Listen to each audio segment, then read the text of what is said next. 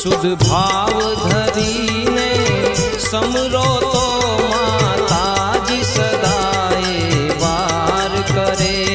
शुद्ध भाव धरीने समरो तो माताजी सदाए वार करे। मां सन्मुख रही भव सागर थी सेवक नो बेड़ो पार करे। मां सन्मुख